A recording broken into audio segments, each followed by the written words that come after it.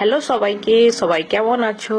বাড়িতে থাকা সামান্য কিছু উপকরণ দিয়ে বিকেলের নাস্তা বানিয়ে নিতে পারবেন। এটি বানাতে শুধুমাত্র ডিম আর আলু কুচি লাগছে, তাছাড়া কিছু উপকরণ লাগছে, চলুন দেখে নিই। গ্রেট করা আলু পরিমাণ মতো, সামান্য পেঁয়াজ কুচি, লঙ্কা কুচি, আদা কুচি, সামান্য লবণ, কাশ্মীরি লঙ্কা, হলুদ গুঁড়ো, জিরে গুঁড়ো, ধনে গুঁড়ো এবং ডিম দিয়ে সমস্ত উপকরণ খুব ভালোভাবে মাখিয়ে নেব।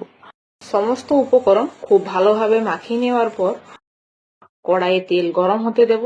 তেলটা খুব ভালোভাবে গরম হয়ে গেলে পকোড়া স্টাইলে একটা একটা করে দিয়ে দেব। দুপাশটা খুব ভালোভাবে উল্টিয়ে পাল্টিয়ে করে ভেজে নেব। খুব ভালোভাবে ভাজা হয়ে গেলে তুলে নেব। তুলে নিলেই তৈরি আমাদের 10 মিনিটে তৈরি বিকালের মজার নাস্তা। তো ভিডিওটা কেমন লাগলো জানাতে ভুলবেন না।